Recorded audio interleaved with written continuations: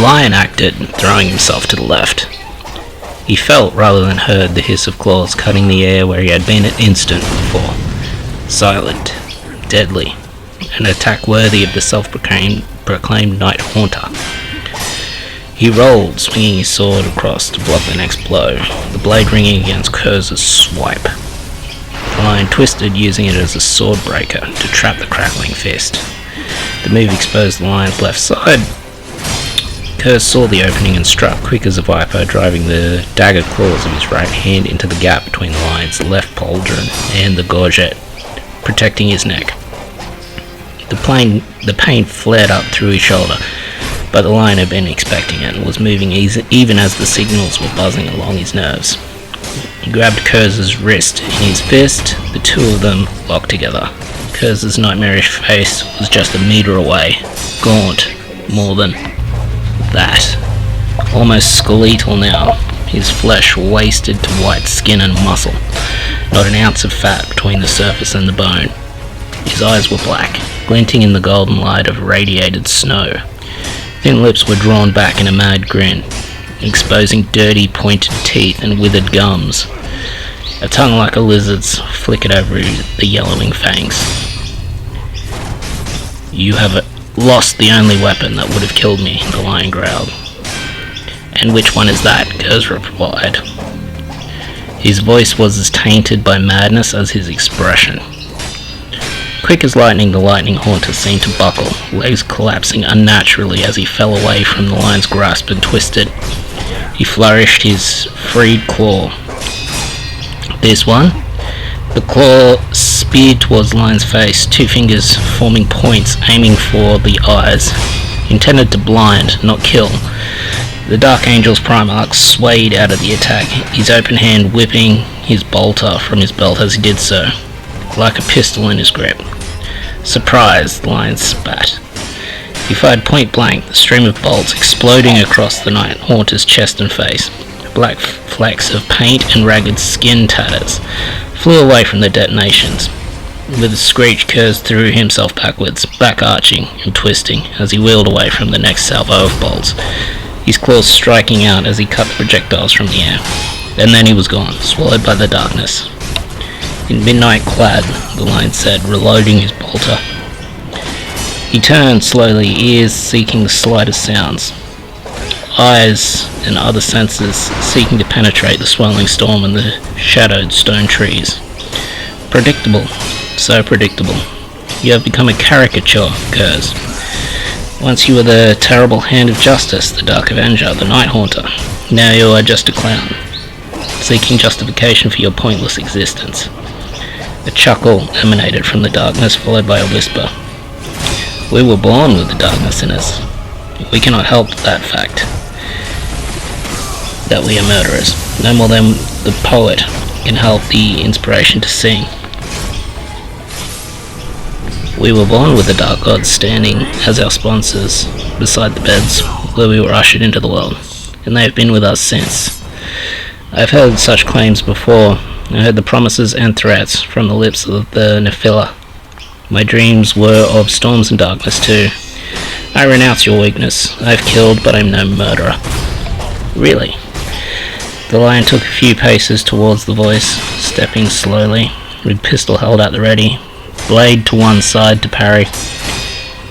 His eyes were in constant motion, piercing the darkness, watching for the faintest disturbance in the flurries of snow, seeking any imprint on the ash-covered ground. Curze's next words sounded more distant from the left. "I just like to kill. I want to kill." An exhalation, the faintest murmur. The lion turned, finger already squeezing the trigger as he brought up his sword point. Curze seemed to coalesce out of the drifting fragments of vaporized matter and ice. One moment, empty space, the next, gleaming claws spearing towards the lion's chest. The pale witch glow lighting Curze's snarling face from below. The explosion of bolts seemed bright and colourful in the monochromatic whirl. Each became a blossom of red and orange, surrounded by an aura of ceramite splinters. Blue lightning buzzed as one set of Curze's claws raked along the lion's sword, and the other flickered past the Dark Angel's face. Curze was gone again, a wraith in the fog. The lion felt blood trickle down his right cheek. He started to turn once more, blade held horizontal. Curze's next taunt came from behind. We've all got the power in our hands to kill, but most people are afraid to use it. The ones who aren't afraid, they control life itself. The lion resisted the urge to spin towards the voice. It was a feint, and he swung his sword to the right, out of instinct, the same instinct that had saved him so many times in the forests of Caliban. Curze let out a wail of pain, his claws lashing past the lion's head, lanced onto the point of the lion's sword. The Dark Angel thrust hard, pushing the sword another half-meter into Curze's gut. Clever lion, Curze sneered, wrenching away from the blade, leaving a slick of dark blood dribbling along the fuller. Total paranoia is just total awareness. The lion wasted no breath with more talk and opened fire with his last few bolts. Curze was already gone, and they flared harmlessly into the petrified trees. He hung the empty weapon on his belt and drew a second, shorter sword in its place. He started to step backwards, careful never to stop for a moment, turning, adjusting his weight, ready to shift and counterattack in a heartbeat. With a backhanded slash, the lion sheared through a petrified tree and fell to the ground with barely a noise, muted by the ash and snow. The Primarch cut another and then another, creating an open space about 20 meters across, expanding it with each felled tree. "You can't cut down the whole forest to catch me," Curze said. Lion said nothing and chopped through another stone trunk with a single blow. He took 3 more paces to the next tree and drew back his sword arm. Curze launched at the lion, claws outstretched, their tips cutting through the falling snowflakes and motes of ash. The Dark Angel had been expecting the attack, had offered himself up to draw it out. His short sword was already rising to meet Curze's downstroke. The edge of the blade crashed against the underside of Curze's right hand, deflecting the blow above the shoulder.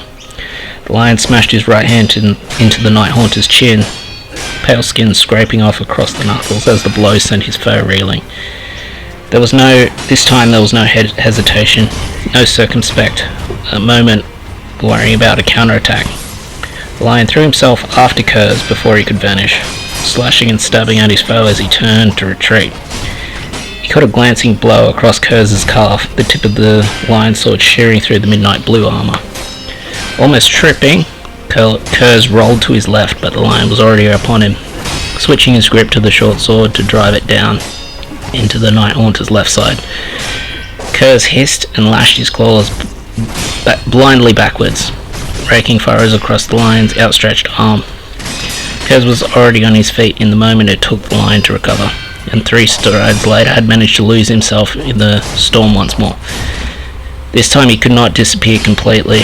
The lion smelled blood in the air, tasted the radwash from the armor of his prey. His skin prickled with the warp taint of Curze. He followed at a run, knowing exactly what the Night Haunter was planning to do. The lion burst out of the petrified trees just in time to see a darker shadow flit between the grey granite columns of the pagan Illyrian temple. He followed quickly, boots on stones like the sudden crash of thunder, dodging between pillars. The lion made his way to the centre, where the broad steps descended into the catacombs beneath the gate. Above, the roof did not form a complete dome, but was fashioned to leave a vaulted space above the centre. Thick beams formed 2 squares, one diagonally inside the other.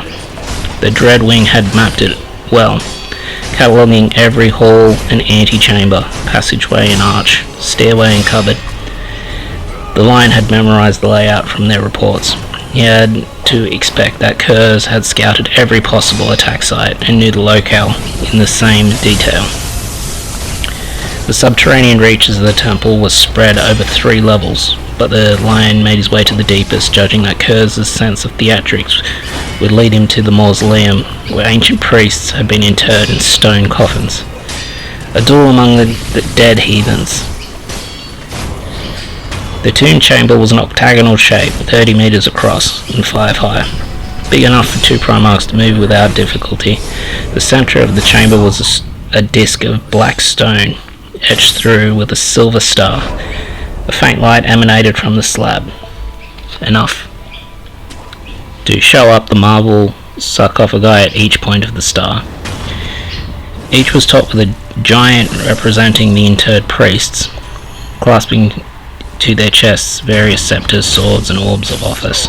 Lion-sword patrician faces, noble and strong-browed, faces set in peaceful death.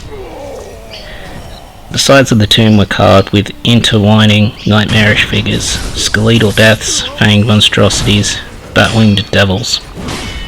Outside the central 8 were 8 more, and in the circle about that, 3 of the tombs had giants upon them. The other 5 were empty. The lion stopped at each threshold, beneath a pointed arch at the bottom of the stairs that led into the catacomb.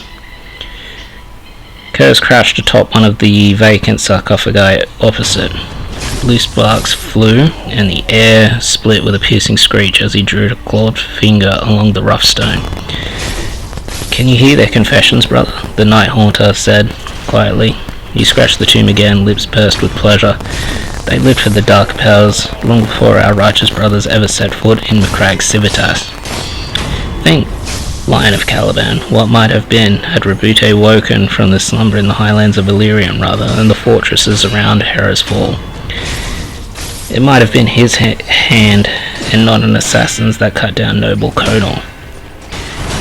You know a lot about Macrag's history. The Illyrians told me much." Curze's lips twisted upwards in a disgusting, leering parody of a smile. "They were so happy to have a demigod delivered to them, setting right the balance weighed against them so many decades ago. Most of them are dead now," said the lion. He took a step, the glow of the lion's sword and the power field of his second blade better illuminated a semicircle of the chamber.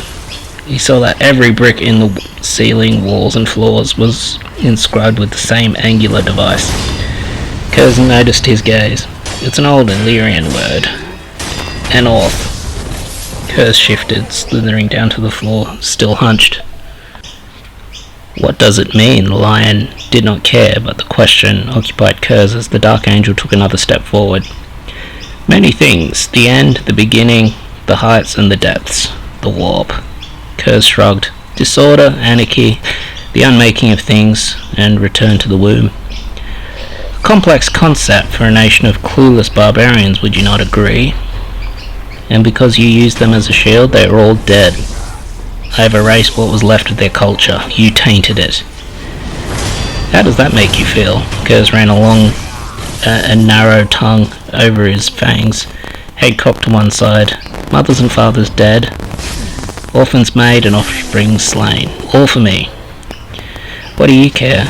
The lion advanced another pace. He was level with the outer ring of tombs, 20 meters from Curze. He knew there was no other way out of the chamber. "I like children. They are tasty." "You are broken." The lion felt deep disgust, sickened by what had become of his brother. "You are vile and twisted in Thramis, and perverse on Salgolsa. But now you have sunk even lower." "Even psychopaths have emotions," Curze said, affecting a sad face, brow furrowed, lips downturned. "Then again, maybe not." He sprang onto a sarcophagus and used it to propel himself forward towards the ceiling. Incredibly, he skidded over the stones like a spider, finding purchase for a few meters until he twisted and dropped towards the lion. The Dark Angel crashed backwards into a sarcophagus, trying to avoid the claws. The claws left lacerations across his chest and right arm, the gouged ceramite splintering like stone. Curze's foot smashed into the lion's face as he bounded away, turning in midair to land cat-like at the bottom of the steps. The Night Haunter looked over his shoulder with a vicious grin and raised his left hand. Between his fingers was something odd. It was a red gauntlet, 2 spurs of broken bone jutting from the severed wrist. The lion guessed what it was immediately. Azkalan's hand? A little tinkering with his terminus device, the Night Haunter waved the hand with a smile and started up the stairs. 3 steps later he stopped and looked back, brow furrowing with confusion. He waved the hand again, even more dramatically. "I told you that you were becoming predictable," said the Dark Angel, advancing with the lion's sword held in front of him. "An enclosed space laced with explosives? You did that in the Chapel of Memorial, trying to bury me and Gilman." And then how clever you must have felt turning Ascalon's failsafe device against him, destroying the entrance to the Lord Emperor's Hall and trapping the sanguinary guard outside. I can imagine you chuckled long and hard. It was curious that Ascalon's arm was never found. Melter bombs went missing from one of my armory supply transports yesterday. Did you really think you would trick me again? What? Should I speak more slowly, while you followed me to the peak, dodging my steps like impotent little shadow? My men disarmed the melter bombs you stole, and then planted here. The line broke into a run. With an irritated hiss, Curze hurled the Blood Angel's hand directly at the Primarch and sprinted up the stairwell. The lion followed a few meters behind, too close to allow his foe the chance to spin and attack. Curze turned left and right, navigating the corridors with ease, slipping around corners, junctions like a wisp of smoke. They raced through the rows of wooden chambers lined with cabinets and shelves, where centuries-old ink stains and flecks of paint still blotted lecterns and desks. The line was more ponderous in his pursuit, crashing into the walls as he turned at speed, rebounding from ancient bricks with growls and snarls. They reached the steps leading up to the surface. The lion stopped, his boots sliding for a moment across the wet ash that had been blown down from above. Curze did not pause and was halfway up the steps. A faint hiss sounded at the opening at the top of the stairs. Curze stumbled to a halt a moment before the hunter-killer missile smashed into the steps above him. Stone shards and shrapnels engulfed the Night Haunter as the blast wave tossed him against the wall. The stairwell rang in the aftermath, but not loud enough to mask the approaching roar of plasma jets. The lion also heard the thud of boots on the stone above. He caught a glimpse of the 3 fire raptors hovering over the open dome on the surface. I brought some friends, the lion said, raised his blades, blocking the bottom of the stairs. I never cared much for the necessities of drama. Curze's look of betrayal was almost comic.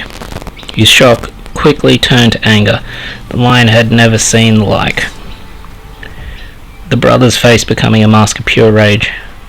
You maggots make me sick. I will be avenged. Darkness dwells within us all. Curze became a grim missile tipped with glinting claws, spearing down the stairwell. The lion swung his blade, feeling it bite armor and flesh, but the Night Haunter's impetus barreled them both down to the stones with a crash of armor. They rolled, parted, and came to their feet, facing each other, stooped below the ceiling of the passageway. This time there was no taunting, no cat and mouse. Curze's claws whirled and slashed with insane fury, and it took all the lion's focus to defend himself against the assault. He was forced to give ground, a storm crackling between him and the Night Haunter as field-sheathed swords and lightning claws clashed and shrieked. You can't kill me, roared Curze, lancing a claw towards the lion's throat, the blow deflected by a last-minute swing of his short sword. You don't kill me. The words seemed to settle Curze, though the ferocity of his attack did not relent. A dozen new rents opened up across the lion's armor amidst the flood of blows. He felt the burn of a near-miss sear across his forehead, momentarily blinding him in his right eye. You have to accept it, Curze spat. You don't kill me, I am redeemed. My life taken by one of the Emperor's assassins. I accept nothing, the lion replied, expression grim. He parried another swiping claw and stopped giving ground. The lion's sword leapt up through, though fueled by its own life force, tip plunging through Curze's right forearm, pinning him to the wall of the corridor.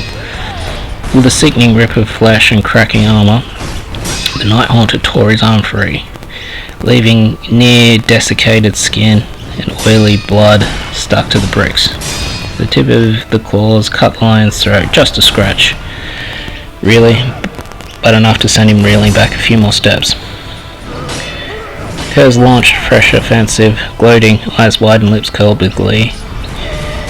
In the close confines of the corridor, the clash of weapons was deafening. The nearness of Curze's overwhelming, an assault on all the Primarch's senses as much as the one against his body. The Night Haunter's attacks pushed the lion back to the top of the stairwell. 24 steps that led down to the second sub-level. The floor below was a maze of wooden compartments.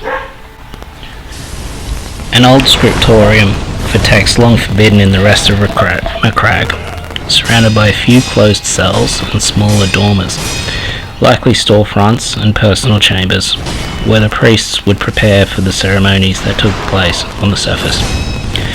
The heel of the Primarch skidded over the edge of the first step, and he wavered for half a second before righting himself.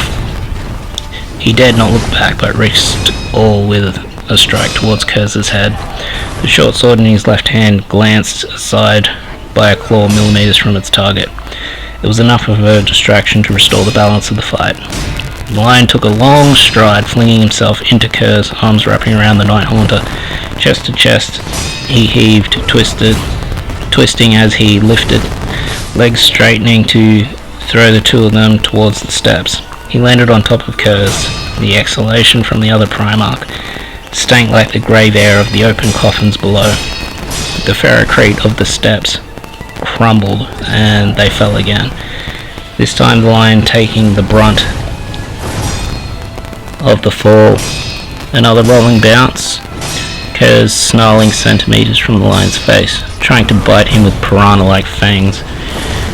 They hit the floor sideways, jarring the short sword from the lion's grip. He made no effort to retrieve it, but burrowed his empty fingers into Curze's throat. The blow would have decapitated any normal warrior, but Curze simply let out a coughing laugh. Straddling his foe, the lion's fist connected with Curze's forehead, driving the Night Haunter's skull into his backpack with a loud crack. Curze flailed a hand towards the lion, a wild blow that was easily turned aside. Curze continued to laugh, blood flecking white skin and brown teeth. There was something the lion had to know, taunted by old dreams and Curze's words. Why did you turn? Why did you betray our father? Curze was not listening. His gaze moved past the lion's shoulder, not to the ceiling, but to something that only he could see. You feel the last bit of breath leaving their body. You're looking into their eyes. A person in that situation is a god. The lion felt his prey go limp, and Curze staring at him. He was not sure how to read the other Primarch's expression. Happiness of a kind, adulation, relief. Why not? Curze crowed. Why not betray him? When these thoughts entered my brain, I'll never know. But they are here to stay. How does one cure oneself? I can't stop it. The monster in my head goes on, and hurts me as well as our father. Maybe you can stop it, I can't. The lion lay the edge of the sword against Curze's throat, on the exact line of a scar he had left not so long ago, though now it seemed like a lifetime. I am ready to be released. Curze closed his eyes, his face going slack, the torment and madness seeping away, to leave an emaciated but human face. Release me. The lion remembered. Fall, the Night Lord said to his brother. His voice was broken, ragged, breathless. Fall! The other warrior's black eyes were wild, trembling as his lifeblood flooded through his hands. He spoke without sound, lips working worthlessly, and finally fell to one knee. The wounds in his stomach and chest bled as fiercely as the cut throat.